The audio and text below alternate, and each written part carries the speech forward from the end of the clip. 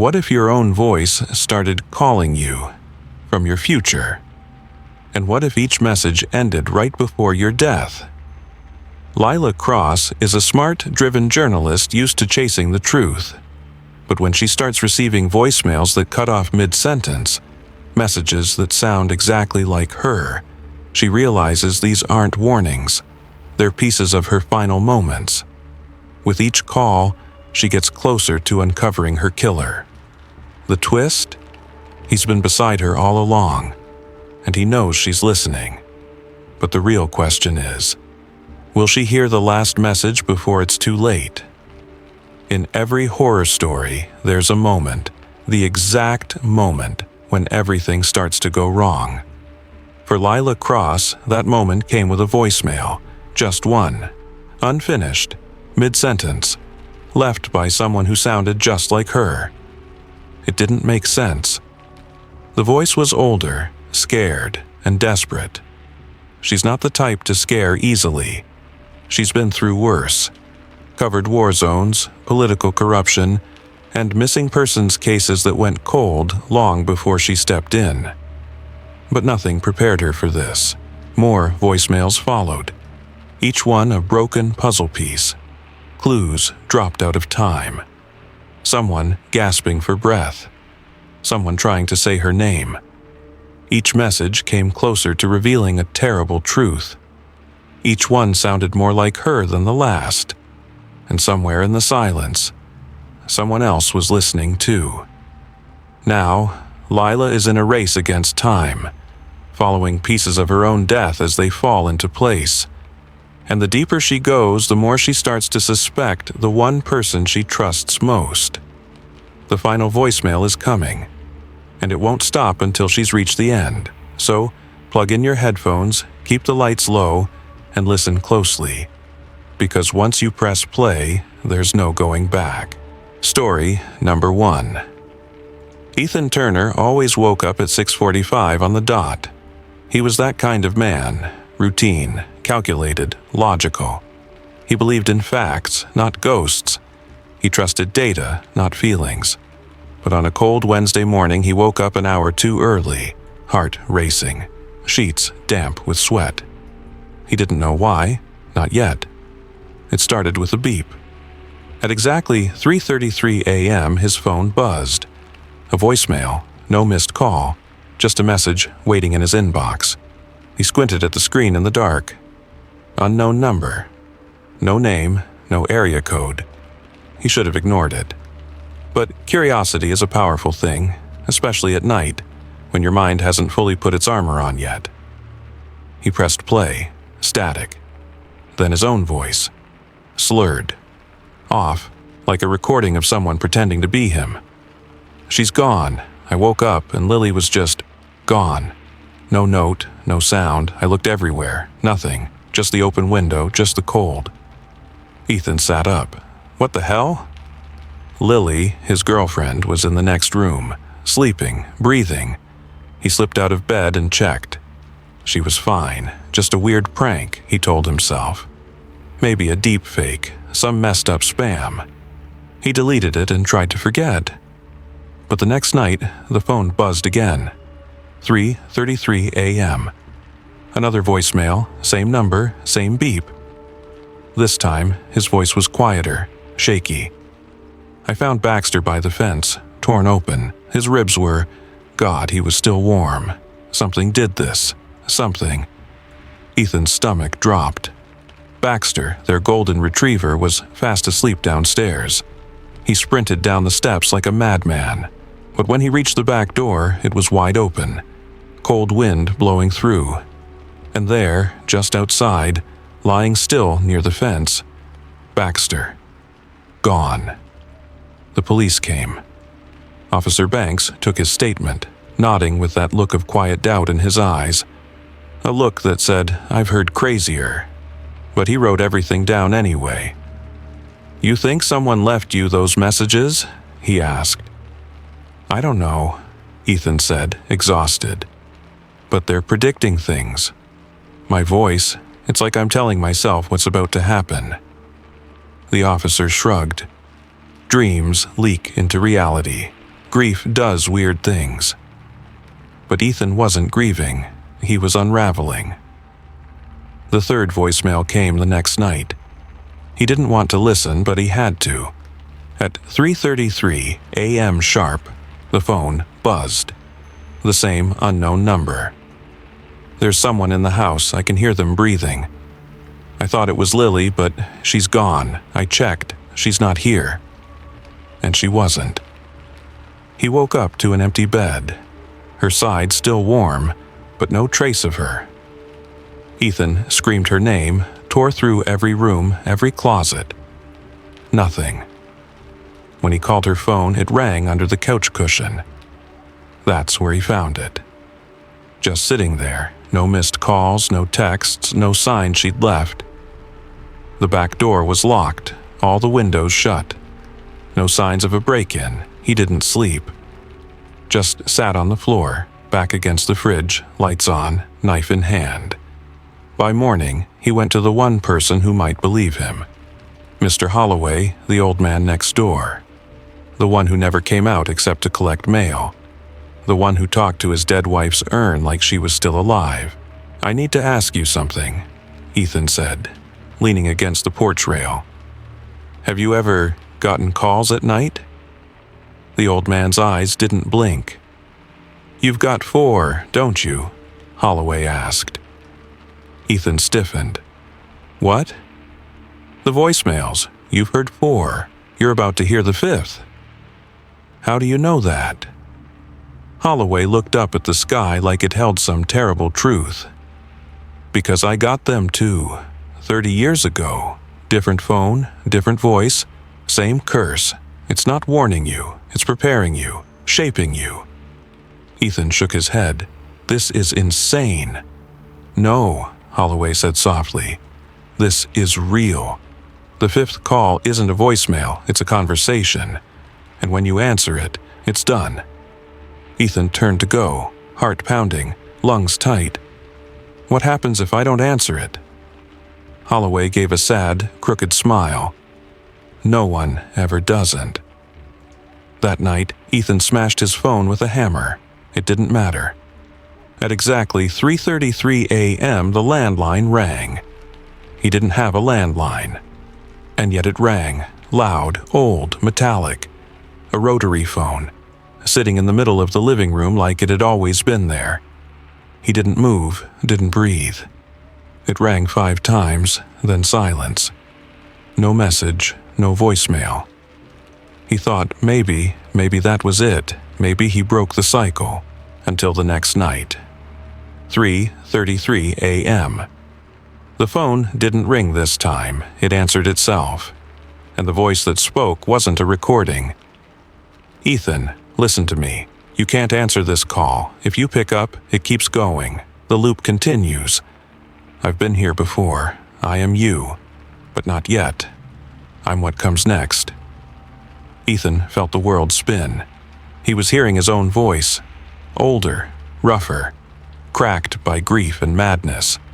"You have to hang up, please. For Lily, for Baxter, for you. Don't let it finish. Don't let it take control. Just hang." The line cut, then silence, then something else.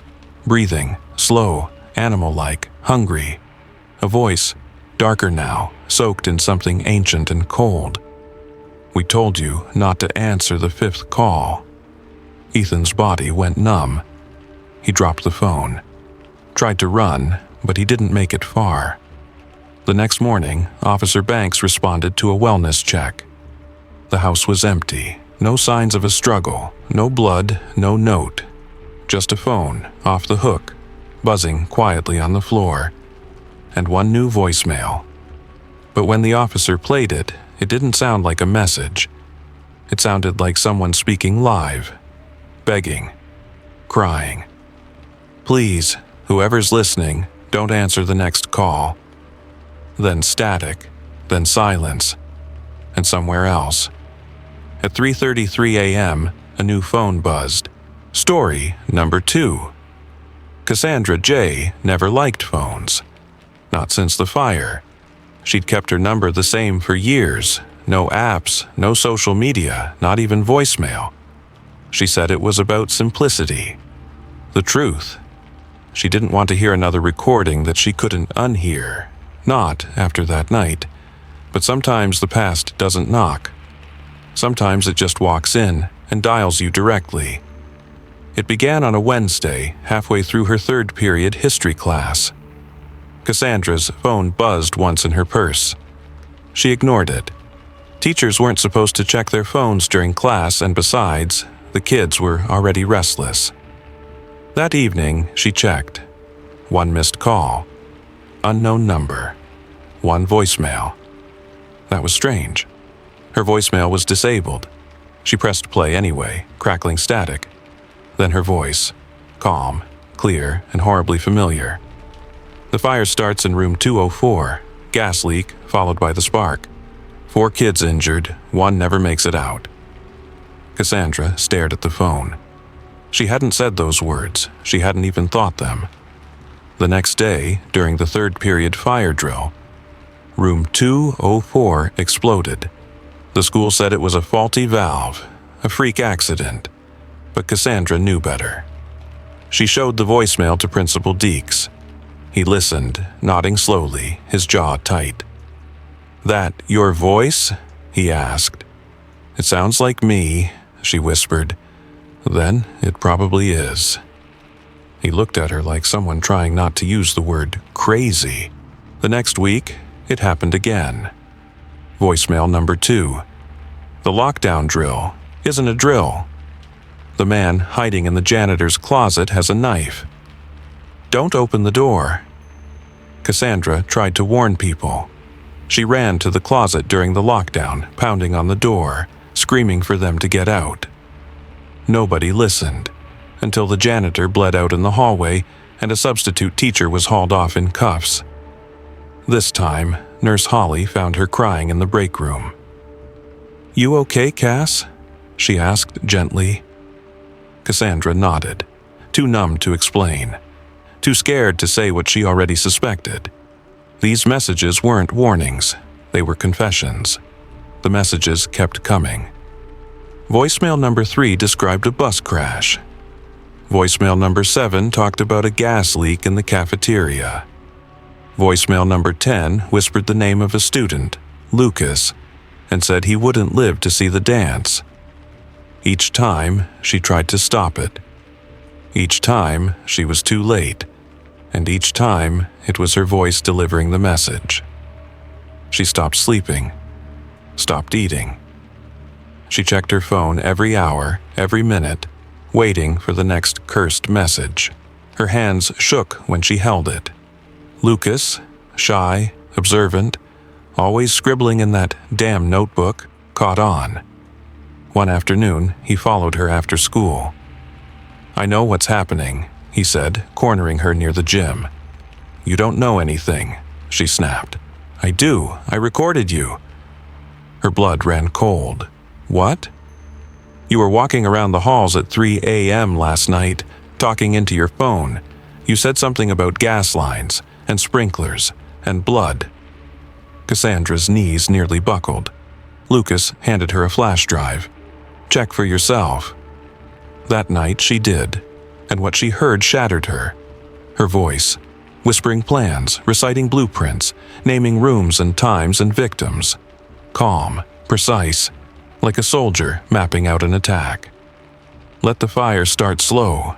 Room 204 is perfect. No alarms until it's too late. Lucas will catch on soon. He records things. That's inconvenient." She slammed the laptop shut and vomited into the sink. That wasn't just her voice. That was something inside her. She confronted Nurse Holly the next day, told her everything, the voicemails, the late-night recordings, the voice that wasn't quite hers. Nurse Holly listened, wide-eyed and pale. "You ever black out?" she asked. Cassandra hesitated.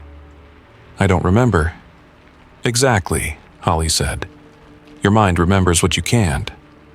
Holly gently placed a hand over Cassandra's chest.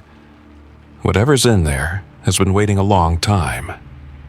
Then came voicemail number 13. It arrived at 4:04 a.m. The screen glowed in the dark like a little eye. Cassandra sat frozen, staring at it. She knew the number now, burned into her skull. Unknown, always unknown, but the voice, always hers. She pressed play. The massacre happens at noon. Library. 17 dead. The students think it's a shooter. They're wrong. It's me. I'll walk in calm. I'll lock the doors. I'll scream, "This isn't a warning anymore." Cassandra dropped the phone. She looked at the date. Today was Thursday, just after midterms. Students would be in the library, quiet, trapped, just like she planned. Except she hadn't planned it. Not her, but the other one. The part of her buried under years of trauma. From the old school, the fire, the one she survived but never escaped. The part of her that still burned. She ran, past Deeks, past the classrooms, down the hall and straight into the library. She pulled the fire alarm. Kids screamed, books dropped, lights flashed, but nothing exploded. No one died, not today. She stood in the center of the room, panting, waiting for the police. Lucas stood near the door, watching. "Did you stop it?" he asked softly. "I think so," she whispered. Then she crushed the phone under her boot until it sparked. She locked herself in the nurse's office for the next 2 days. Didn't sleep, didn't trust herself to. Then silence. No more voicemails, no more her. Until one morning. Nurse Holly opened the door to check on her. Cassandra was gone. Just her coat and something ticking. They found the source hidden beneath her skin, tucked near her ribs, almost surgically placed. A voice recorder, still running, still recording. It played one message, on loop. "You can break the phone, you can run from the number, but you'll never outrun me, Cass. I'm under your skin now, and we're just getting started." Then a click, and the recorder started over. Story number 3. Late-night radio is a lonely job. Marcus Mac Delaney knew that better than most. 3 to 6 in the morning, 5 nights a week, sitting in a cramped booth with nothing but blinking lights and cold coffee.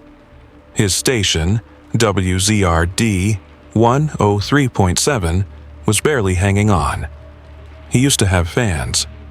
Now, a few truckers, some insomniacs, and the occasional drunk calling to request a Creed song.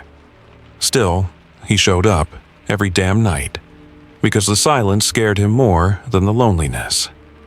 That's what made the voicemail so strange. It showed up halfway through his set on a Wednesday. Mac was spinning a tired playlist when the studio's message light started blinking. He never got voicemails, not since 2018. Everything was digital now. "Producer prank," he muttered, grabbing his mic. "All right, night owls, we've got ourselves a mystery. Someone left a voicemail, real old school. Let's play it live, shall we?" He clicked it on, static. Then, his own voice, breathy, panicked. Don't let them hear it. Don't play it again." Screaming, then silence. The phone line lit up instantly. "Was that real?" one caller asked. "You sounded terrified, man." Another chuckled. "Hell of a promo, Mac." He laughed it off, played a dumb ad, and moved on. But the light blinked again the next night. Another message. Same unknown number. This time, his voice whispered numbers. Over and over. Then a single sentence. He's already heard it. He's already gone. He didn't want to play it. But curiosity wins late at night. He hit the button. 10 minutes later, Carl called in. Carl, the local conspiracy nut who phoned into every show. "That's a ghost frequency, man," Carl said. "It's real. It's called the Dead Band. Old Cold War tech. Russian mind stuff. You hear the right tone and it hooks into your brain. Downloads something." Mac laughed. "So I've got KGB poltergeists in my voicemail?" "I'm serious," Carl snapped. You shouldn't have played that, not over open air."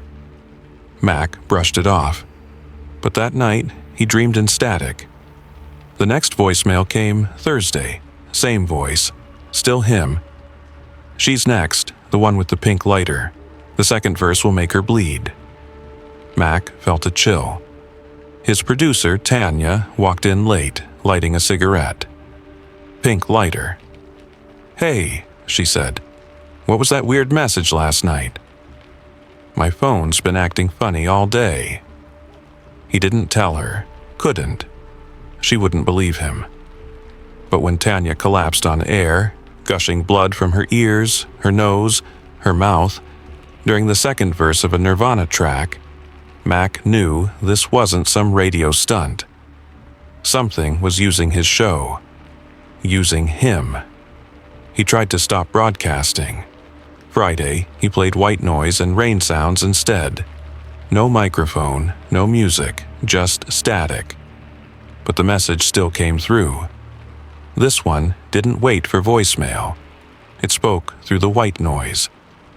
"You cannot kill what's already heard. You play, I spread. You silence me, I scream louder." Listeners flooded the phones. Some said they loved the new horror format. Others said their dogs were barking non-stop. One man claimed his wife bit off her own fingers while listening. The worst part? Mac's voice was changing.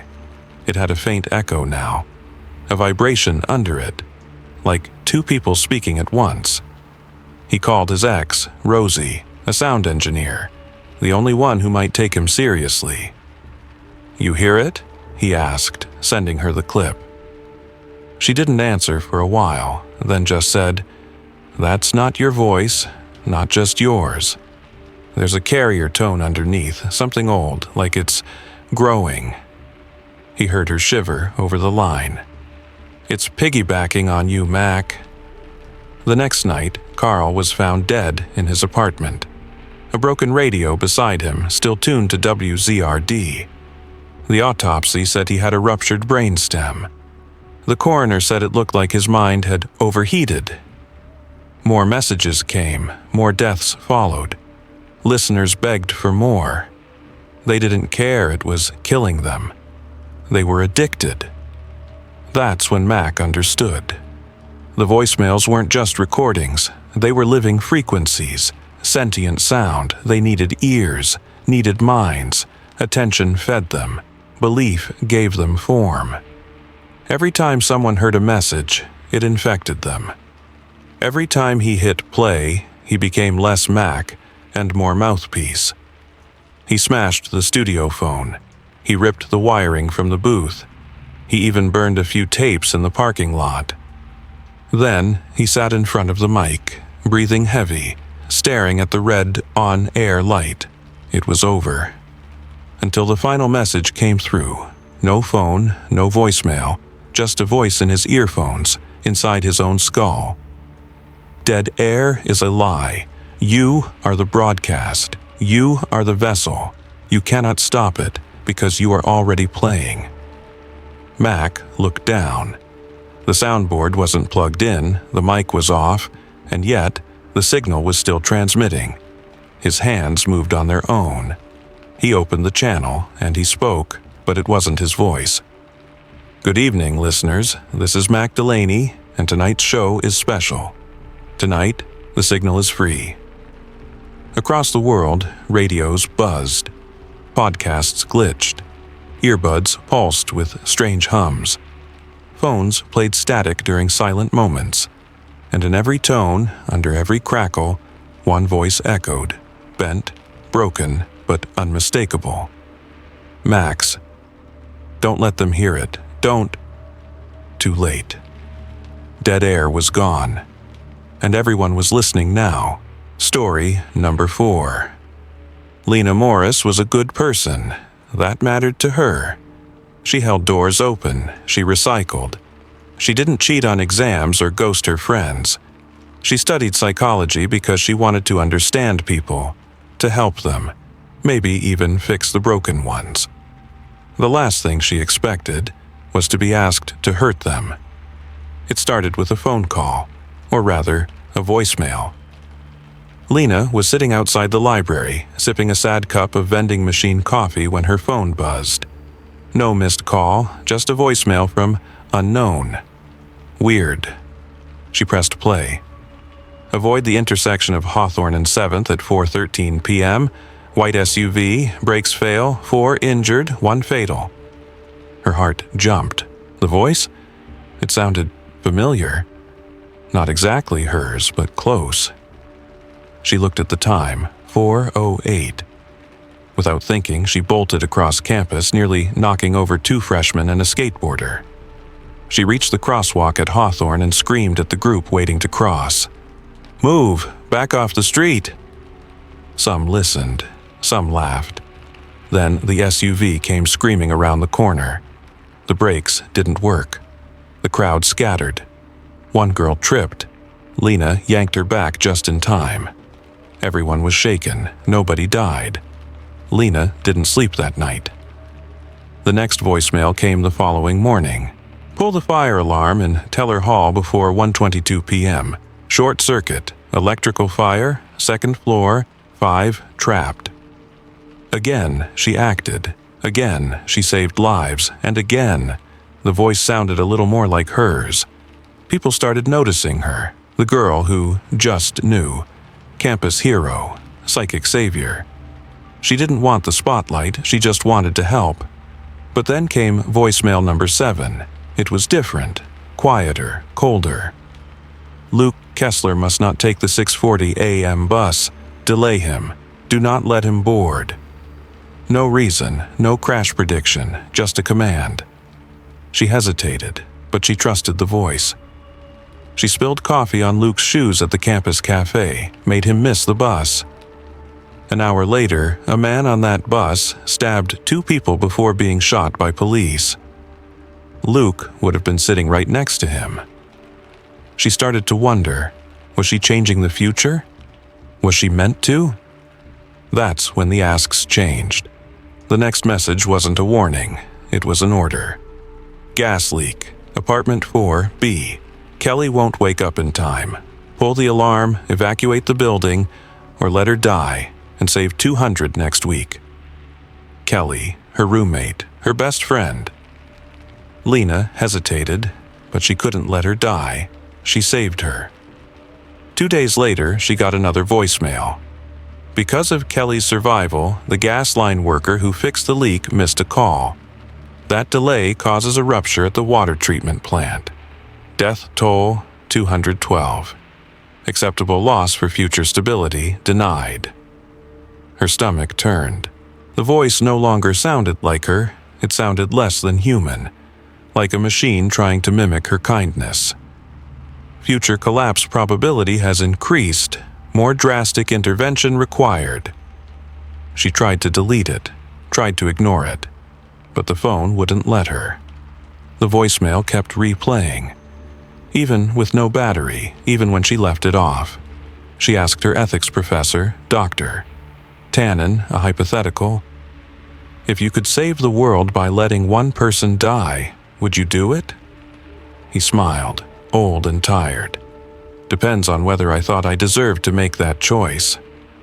Then came the worst message yet. Luke Kessler must die. Push him in front of the 9:10 train, you hesitate. The next death count reaches 4,000. Lena broke. She confronted the phone, screaming at it in the middle of her room. Who are you? And the phone answered. Not just with a voice, but a presence. I am you. A version that failed. I watched the world burn. I watched billions die. I was too soft, too moral. I was like you. Now I choose. I save who matters. You must act, or I'll find someone who will. She dropped the phone. Her hands shook. Kelly came in and asked what was wrong. Lena said nothing. She couldn't speak. She didn't push Luke. She couldn't. That night, there was a bombing at a political rally. Someone who should have died months ago, someone she unknowingly saved, was there. Part of it. 67 dead. The next voicemail didn't scold her. It laughed. Told you. But now, we don't need you anymore. She woke up the next morning and smashed the phone. Sledgehammer, 3 times. Then she buried it behind the dorms. That night, she slept for the first time in days. But in the morning, something was different. Kelly was sitting on the edge of her bed, pale and shaking. "Lena," she whispered, "I got this voicemail." Lena sat up, heart pounding. "What? What did it say?"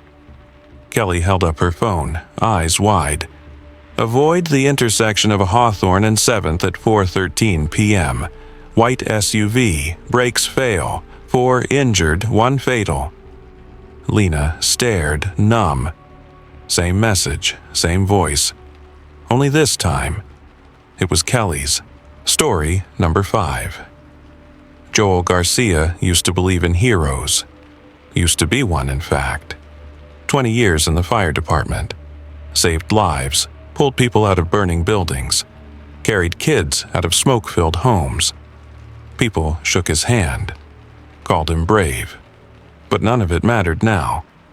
Not since Ellie died. She was 16, bright, sarcastic, always humming some off-key pop song. She could light up a room just by walking in, and Joel was driving when it happened. That's all he remembered. Everything else was fog. The official report said it was a freak accident. Rain, a sharp curve, tire blowout. The car flipped, landed in a ditch. Ellie died on impact. Joel survived with only a fractured wrist. People said he was lucky. He didn't feel lucky. He felt like a ghost. The first voicemail came 2 months after the funeral. He was sitting on the back porch, drunk, staring at nothing, when his phone buzzed. 1 new voicemail. No missed call, just the message. He pressed play. "Hi, Daddy." Joel froze. "It's Ellie. I'm okay. Don't cry anymore, okay? I'm not alone." He dropped the phone. It landed in the dirt. He didn't sleep that night. The next morning, he checked again. The message was still there. But the number? Unknown. No timestamp, no recording ID, just Ellie's voice. Calm, software. Like she was calling from her room down the hall, not the grave. He didn't tell Lisa. They weren't talking much these days. She'd moved in with her sister. Said Joel wasn't facing things. Said he drank too much, stared too long, spoke too little. She was right. But after the second message, he had no idea what to say. "You remember the song I used to sing in the car? The one you hated? I hear it here, over and over." That part chilled him. Because he did remember. Ellie used to sing that old Avril Lavigne track. Loud and off-key. It used to drive him crazy. Now he'd give anything to hear it again. Except he wasn't hearing it in real life. Just in voicemails. And they kept coming. "Why won't you say it, Daddy? You know what happened. I was scared. You promised we were safe." He went to Father Monroe next. The priest had known Joel since he was a teenager. He baptized Ellie. Joel played the messages for him. The old man listened quietly, face pale. When they ended, he crossed himself. This isn't her soul, Joel," Monroe said. "Not really, but it's tied to her, and to you." Joel's hands shook. "What does that mean?" "I think your daughter's spirit is stuck. Somewhere in between. Because something's unfinished." Joel looked away. "I don't remember anything." The priest raised an eyebrow. "Or maybe you don't want to." That night, Joel listened to the 8th voicemail. This one had numbers. 3, 9, 4, left turn, then the tree. "You closed your eyes, Daddy. You didn't see me screaming." He threw the phone across the room, but it didn't break. It rang again 5 minutes later. Same voicemail, same whisper, same voice. And this time, Joel saw it. Not just the tree, not just the road, but the bottle in the passenger seat. Half empty, still cold from the gas station fridge, the one he tossed out before the ambulance came, the one nobody ever saw, because Joel had driven drunk and blacked it out. He went back to the crash site the next day, parked on the shoulder, stared at the tree with the chipped bark. The sun was setting behind the hills. Joel sat on the hood of his truck and finally spoke out loud. "I did it," he said. "I drove us into the ditch. I wasn't sober. I told her we were fine." His voice cracked. "I'm sorry, Ellie. God, I'm so sorry." The wind picked up, cold and sharp. His phone buzzed one last time. Final voicemail. "Thank you, Daddy. I can go now." He wept like a child. And when the sun slipped away, Joel climbed back into the truck, turned the key, and drove. But the road curved harder than he remembered. His eyes were wet. He didn't slow down in time. This time, he didn't survive. The rescue team found the wreck early the next morning. Same tree, same curve. But this time, there was no bottle. Only Joel's phone, lying cracked on the dash. And when one of the EMTs picked it up, the screen lit up with a voicemail from an unknown number. He pressed play. "Hi there. Welcome." Story number 6. Most people don't look twice at hotel clerks. They check in, check out, ask for extra towels, and never bother to remember the name on the little gold name tag. Dana Pierce liked it that way.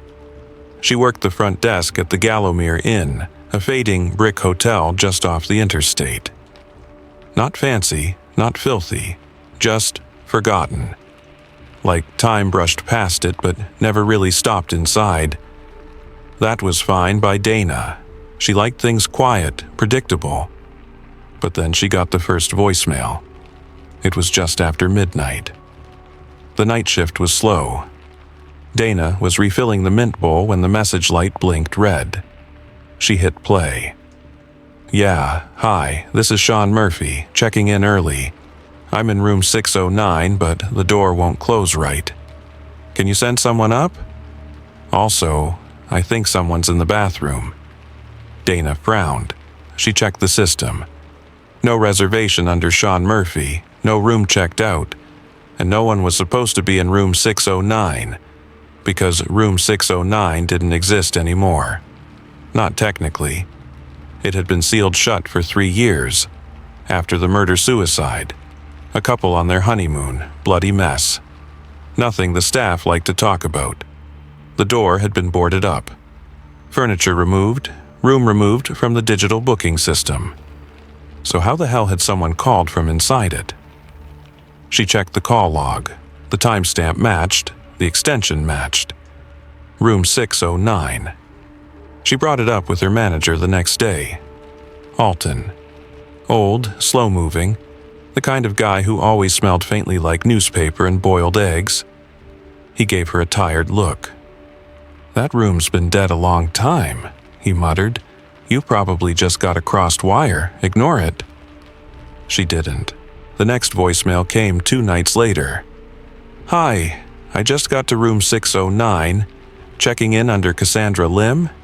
There's a crack in the mirror, and I swear I saw someone move behind it. Is this some kind of prank?" Again, no Cassandra Lim on file. No guests booked, no access to 609. Dana tried calling back. No answer. Later that day, she searched the parking lot. No car under that name, no guest ever arrived, or maybe they had. And then they were gone. Dana started keeping a log. By the end of the week, she had 5 voicemails. All from different people. All from room 609. All before they were scheduled to arrive. And all vanished before they ever checked in. The voices described strange things, cold spots, flickering lights, movement behind curtains, a voice whispering from the vent. Each call ended with a scream, or a silence that felt worse than one. She brought it up to Grace, a retired maid who used to work there before her arthritis got bad. Grace was sweeping near the vending machines when Dana caught her alone. Did anything weird ever happen in 609 before the murder? Grace went still. You're hearing them, aren't you? Dana blinked. You heard them too? Grace looked around, lowered her voice. That room doesn't want guests, it wants moments, right before they disappear, like a trap that snaps shut just as they arrive. Dana felt her mouth go dry. Why? Grace's eyes were wet now. Because time's broken in there. Loops, jumps, repeats. You don't die in 609, you just get cut out of time. Dana didn't sleep that night. That's when Mia showed up. A young guest with ghost hunter gear and a twitchy smile. I heard this place is haunted, she said cheerfully. Any rooms with, baggage? Dana hesitated, then did something she hadn't done in 3 years. She handed Mia the key to 608, the room next to 609.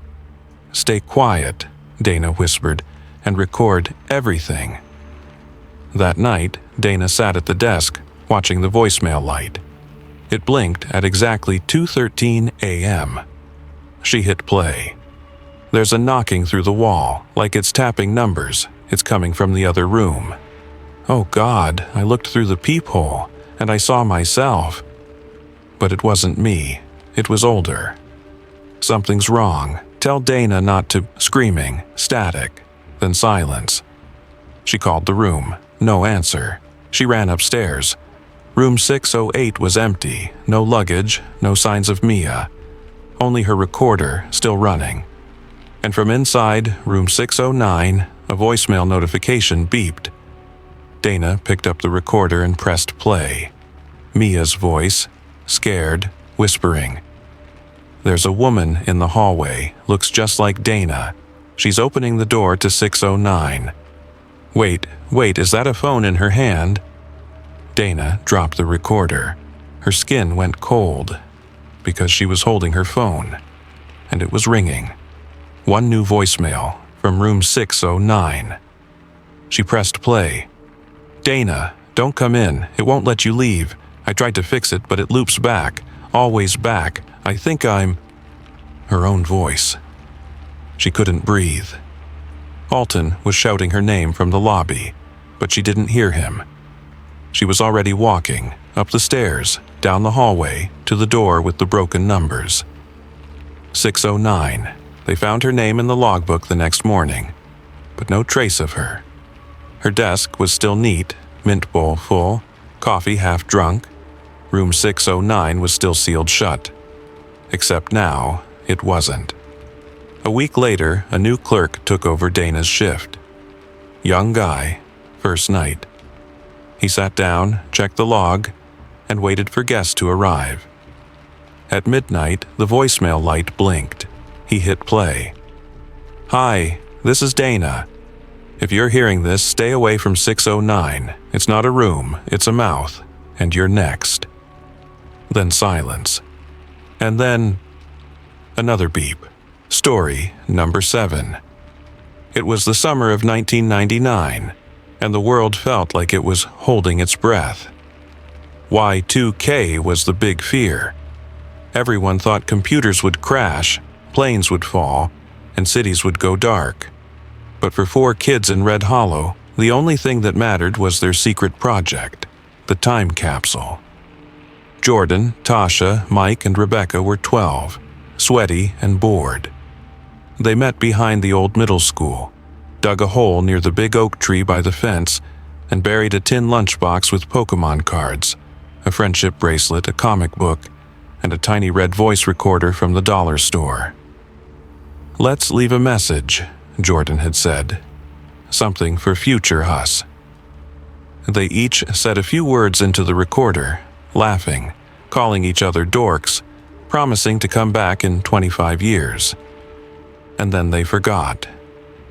Jordan Lee was 37 now, a tired high school teacher with thinning hair and a back that cracked every time he bent down. His mom had just passed, and while cleaning out her garage, he found a box labeled Red Hollow Stuff. Inside, an old map, drawn in crayon, with a big red X over the tree.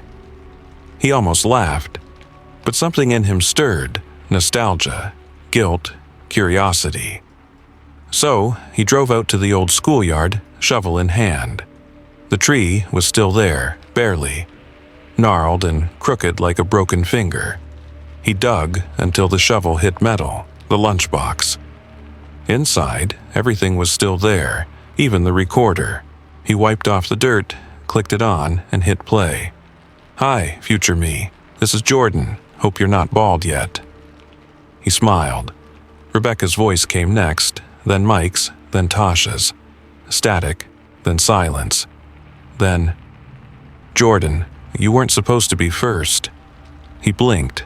That wasn't them. That wasn't any of them. The voice was slow, hollow, like it was being pulled from 1,000 miles away. "One delay echoes through time. They will follow. You will listen. You will bury them again." The recorder beeped. Jordan dropped it like it had burned him. The next day, Mike died. Freak accident. A ladder slipped while he was cleaning out his gutters. Broken neck. Jordan drove 3 hours to the funeral. The guilt was immediate and sharp. He hadn't seen Mike in years, not since college. They drifted, like everyone does. That night, he played the recorder again. 1 down, 2 to go. Tasha sees the fire. Rebecca doesn't hear the scream. He stared at the tape. What the hell is this? The recorder didn't answer. But the next day, Tasha's apartment caught fire, electrical, fast. She was gone before anyone could call 911. Jordan went to Rebecca. She lived in a condo downtown, still sharp, still skeptical. "This is crazy," she said. "Some prank. Maybe you're just cracking under the stress." He handed her the recorder. She pressed play. "Hello, Rebecca. This is your last quiet night. Tomorrow, when the siren fails, you won't hear it. But the train will come anyway." She handed it back like it was toxic. "You're sick," she said. "This is your way of dealing with grief?" Jordan didn't blame her. But the next morning, she died at a railroad crossing. The siren had failed. No lights, no sound, just a train, just silence. Jordan drank. A lot. Until he finally went back to the tree. He dug a hole and threw the recorder in. "I'm done," he whispered. "Take me instead." But the recorder turned on by itself. "You were meant to be first, Jordan, but you delayed. You lived longer, and so they died. The capsule was the anchor. You brought us back. You carried us forward. Now burn it and finish the loop." He didn't understand, so he did what desperate men do. He found Old Man Whitaker. Whitaker used to own the land behind the school. He'd lived in Red Hollow since it was just a name on a train schedule. Jordan asked about the tree, the recorder, the loop. Whitaker listened, then said only one thing. That tree was never alive. It grew upside down, roots pointed at the sky. That night, Jordan took the recorder and a gas can. He poured it over the hole, over the box, over the recorder. He lit the match. The flames rose fast, too fast, like the earth itself wanted to burn. The fire danced and screamed, and the tape played one last time. "Now you've done it." This was the final spark. You tried to stop it, but this was the end. We are free now. Jordan stepped back, but the fire surged toward him, like a wave of heat and regret. And just before everything went black, he heard 4 voices. His own, Tasha's, Mike's, Rebecca's, laughing, telling jokes. A summer day in 1999, then nothing. A week later, a city worker found a burned patch near the school fence. No body, no recorder. Just the twisted metal remains of a red lunchbox. And inside, the tape. Still playing. Story number 8. The future came fast, and it came cold. By 2010-94, courts didn't need trials. They had predictive sentencing tech, a sleek humming machine called Judge X that could scan your brain, your memories, even the probabilities of your next 10 years. It didn't ask if you were guilty now, it asked if you would be. And if the system said yes, you were taken. Labeled pre-criminal, processed, sentenced, executed before you ever had a chance to do wrong. Samantha Voss was one of the few defense lawyers left. Most had quit, realizing it was pointless. You couldn't argue with numbers. You couldn't appeal to logic.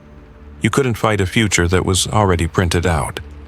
But Samantha tried anyway. She had to. Because deep down, something always felt off. Especially after the first voicemail. It came at 3:03 a.m., long after she'd collapsed into bed, still wearing her work clothes. Her phone buzzed. One new voicemail. No missed call. No number. Just the message. She pressed play. "Sam, it's me. It's Danny." Her heart jumped. Danny was her newest client. A scared 16-year-old who loved coding and had one shoplifting charge from years ago. The system flagged him for future cyber terrorism. Execution scheduled in 5 days. They said I'd blow up the data towers. Said I'd cause 10,000 deaths. But I didn't. I didn't do anything. Please, help me, before it's too late. Click. That was it. The voice sounded older, like it had been dragged through static. The next morning, she checked the prison records. Danny was still in holding. No access to calls, no privileges. So, where had the message come from? She asked Corwin, her friend from college who now ran illegal networks underground. "You sure it's him?" he asked, peering at the waveform. "Positive," she said, but it sounded older. Corwin studied the screen for a long time. Time-leaked tech, forbidden class. Message came through time, not from it. She frowned. "That's not possible." He laughed, dry and bitter. "You're defending a kid from crimes that haven't happened. Nothing's impossible anymore." She didn't laugh. Because that same night she got another voicemail. Client 048-Delta. Pre-criminal Mariana Hume. Violation, future attempted assassination. Sentence, 24 hours until execution. "Samantha, help her. She's innocent, like I was." This time, the voice wasn't Danny's. It was hers. At first, she thought it was a prank. A sick joke. A hacker messing with her head. But the voice had her tone, her breathing, her rhythm. It was her. And it knew things only she could know. The scar on her wrist. The lie she told to keep her job. The name she whispered when she cried at night. "They'll tell you I'm the executioner, Sam. But I didn't start this. I just failed to stop it." The voice begged her to investigate Mariana. Not just the file, but her real story. Her memories. The moment Judge X had flagged her, and what Samantha found. The data had been edited by someone who had full clearance. Her future self. The pieces fell into place fast. There was no hacker, no random glitch. The messages were being sent by a version of Samantha living years ahead, after the world had burned. After thousands had died in a data center explosion. After the system had consumed itself in paranoia and prediction. The Samantha of the future had caused it by choosing not to act. She'd believed in the system too long, trusted the math too much. So now, her broken future self was reaching back, one voicemail at a time, to fix the mistake. But the more Samantha listened, the more she realized something darker. These messages weren't warnings, they were traps. The moment she tried to help Danny, the system flagged her. The moment she interfered with Mariana's sentence, the system marked her as corrupted. Judge X didn't care about right or wrong. It cared about probability. If she disrupted the system enough, she'd become the new threat. She confronted Corwin. "I'm being set up," she said, "by me." He hesitated. Then maybe the only way to fix this is to finish what she started. They broke into the data tower at midnight, the heart of predictive tech. Samantha carried the burner device with the voicemails. It pulsed in her hand like a living thing. "Once we wipe the anchor tech," Corwin said, "the future messages can't come through anymore." "But then I won't remember," she whispered. "I'll never know what I stopped." Better than becoming her. Samantha nodded. She dropped the device into the fire chamber and lit the match. As it burned, she felt something pull inside her chest, like a thread unraveling, a future folding in on itself. And then, buzz, one new voicemail, from a number that didn't exist. She almost didn't listen, but she did. "Well done, counselor, but timelines don't die, they recycle. See you soon, Sam, but not in the mirror. Next time, maybe you'll be the judge." Then silence. A week later, the system flagged its next target. Young lawyer, bright, fresh out of school. His name, Julian Voss, Samantha's son. He received his first voicemail that night, story number 9. Tobias Quinn didn't talk much to people. He didn't need to. He had his radios. His tiny apartment was filled with them, shortwave, ham, CB, AM/FM. Wires snaked across his walls like roots, blinking lights and soft static filling the silence most people would find unbearable. But Tobias found it comforting. The world was loud. Radio was honest, clean. Most nights, he sat with his headphones on, sipping cold coffee and tuning through dead air, catching fragments, trucker chatter, late-night weather reports, forgotten military codes. But that night, he found something else, a frequency he'd never heard before. Yedi Nocta Uchiusdoksanbir megahertz. A quiet pulse, followed by a voice. "Tobias, please don't let it through." He froze. The voice, desperate, panicked, was his. Same tone, same rhythm. But it was begging. The voice comes in static. Don't listen too long. Don't respond. It hears thought. Then screaming. Terrible, raw screaming. Then silence. He checked the signal again. It was gone. He barely slept. By morning, he was telling himself it was just interference. An old recording. Something glitching in the wires. But when he powered on the radio again, the frequency returned. And so did the messages. All different. All from him. It found me. It mimics your thoughts before it speaks. Don't believe anything, not even your own voice. We all tried to stop it. We all failed. Tobias felt a slow panic take hold, like a hand tightening around his ribs. Every message was a warning. Every message was from another version of himself. From somewhere else. From other realities. Each Tobias screaming into static, trying to stop something they couldn't. And now, it was his turn. He posted on the ham radio forums under his username, Dead Air Quinn, asking if anyone else had heard the frequency. One reply came back. Nelrad 33. I heard it too. Twice. Made my nose bleed. Had dreams I couldn't wake up from. Be careful.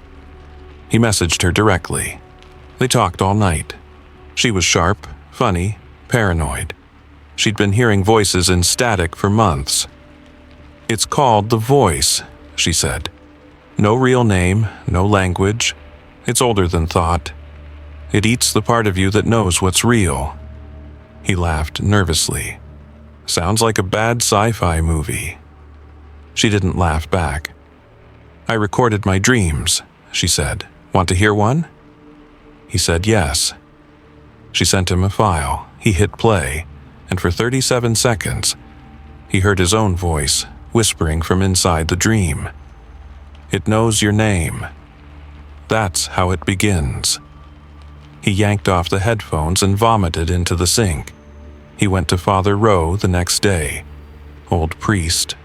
Kind eyes. The type who always asked if Tobias had eaten. When Tobias told him everything, the priest didn't call him crazy. He listened, then said something Tobias couldn't shake. Voices that come without a mouth? That's the oldest kind of demon. Father Rowe offered to bless the radios. Tobias said no, because something in him, deep, twisted, wanted to hear more. That night, he did. But it wasn't from the radio this time. It was from inside his apartment. His speaker buzzed with no input. The voice returned. "You're the last Tobias. The others are gone. You're the only doorway left." He unplugged everything, cut the power. But the static kept whispering. No wires, no speakers, just sound in the air, in his skull. He went to see Dr. Klein, a parapsychologist he found online. She scanned him, tested frequencies, ran cognitive tests. Finally, she said something terrifying. "The sound is not around you anymore. It's in you." Tobias stood up to leave. She grabbed his arm. "There's one way to stop it," she said. "Isolation, total silence. Seal yourself away. No sound, no thought." "But that won't work forever," she added. "It wants to be heard." So Tobias left town, took a rented car to a cabin in the mountains. No signals, no towers, no internet. He burned his radios, every last piece. He lined the walls with foam, earplugs, noise-canceling headphones. For a while, it worked. The silence held. No voices, no static, only his breath. But on the 7th night, the buzzing came back, from inside, like a small insect crawling between his ears. Then a whisper. "Tobias, this is you. You failed too. But it's okay now. We are the voice." He screamed, clawed at his head, tried to outrun a sound that was part of him. No matter where he went, the signal stayed with him. Because it wasn't in the wires anymore, it was in the brain. An idea wrapped in noise, a parasite made of sound. And Tobias? He was the last broadcast. 2 days later, Nell received a package. No name, just a cassette recorder and a note. "Don't play it." She did anyway, and the first thing she heard? Tobias's voice. "Nell, I'm sorry, but now it's your turn." Then came the static, and behind it, a second voice. Not Tobias, not human, just a low hum, like a song you can't forget. Story number 10.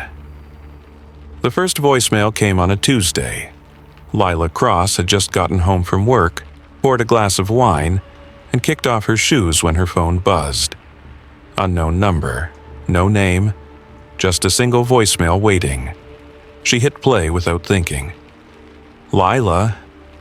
I don't know how much time I have. He's behind. Click." That was it. No name, no background noise, just static at the end, like the phone had died or been ripped away.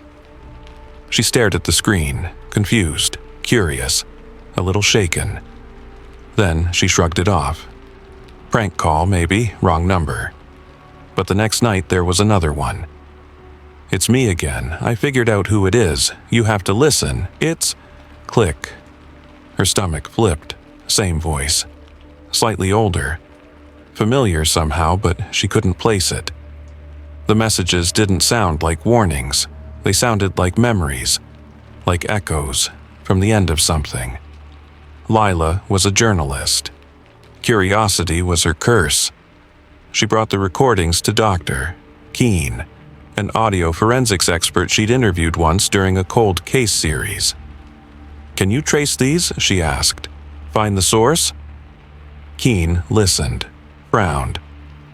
"These aren't normal recordings," he said.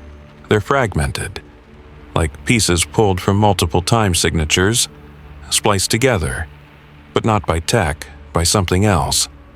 "Something else?" she asked. He hesitated. "More like something already happened, and now it's playing backwards, in pieces. The third voicemail came at 3:17 a.m. It's going to happen on Friday. He knows about the voicemails. He's trying to erase me. I saw click. Lila didn't sleep. She called Detective Ramirez, someone she'd worked with during a domestic abuse investigation the year before.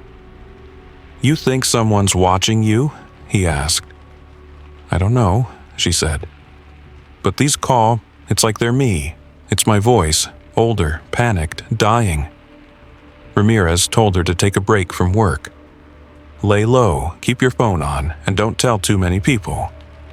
So, of course, she told Jenna, her best friend since college, and she told Dylan, her new assistant, loyal, quiet, always one step ahead of her.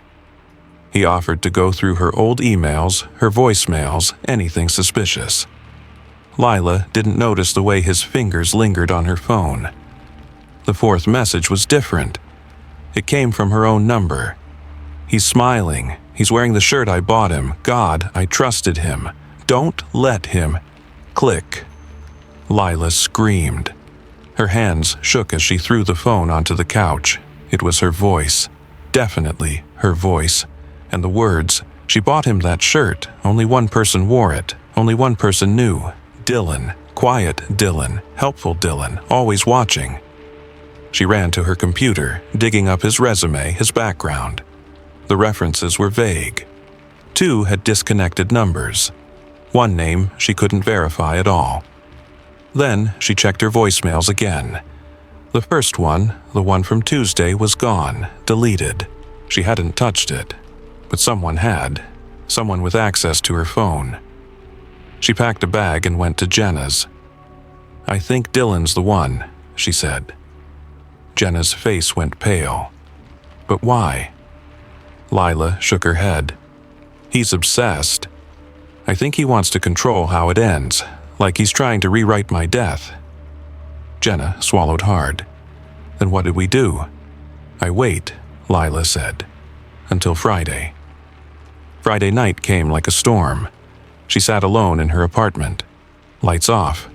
Knife tucked under the couch cushion. Phone on the coffee table. And at exactly 8:43 p.m. it rang. Voicemail number 5.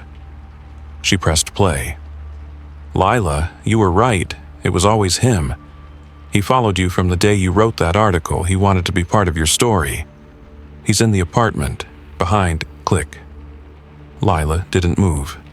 She waited, and then a creak, a shadow behind the curtain. Dylan stepped out, holding something in his hand. Not a gun, not a knife. Her phone. He smiled. "I knew you'd listen," he said. "I had to make sure you'd be scared enough to need me. You always needed someone." "I trusted you," she whispered.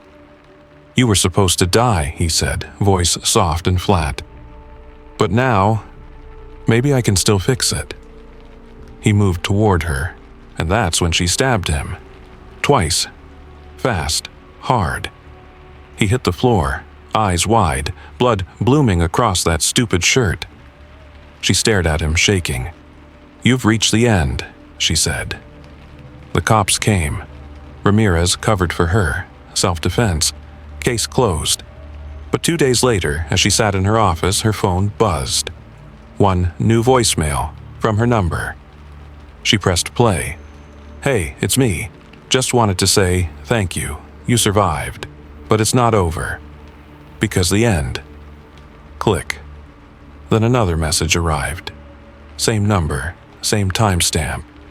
But this one wasn't from her. It was Dylan's voice. "Hi, Lila. Thought I'd leave you a little something for later. You'll listen eventually. They always do. This isn't the end. It's just a different story now." Then static and laughter. If this story gave you chills, imagine what's waiting in the rest of the series. Don't forget to like, subscribe, and turn on notifications so you never miss the next haunting voicemail. Got a theory about Lila's killer? Drop it in the comments. And remember, if your phone rings at 3:17 a.m., Don't answer it.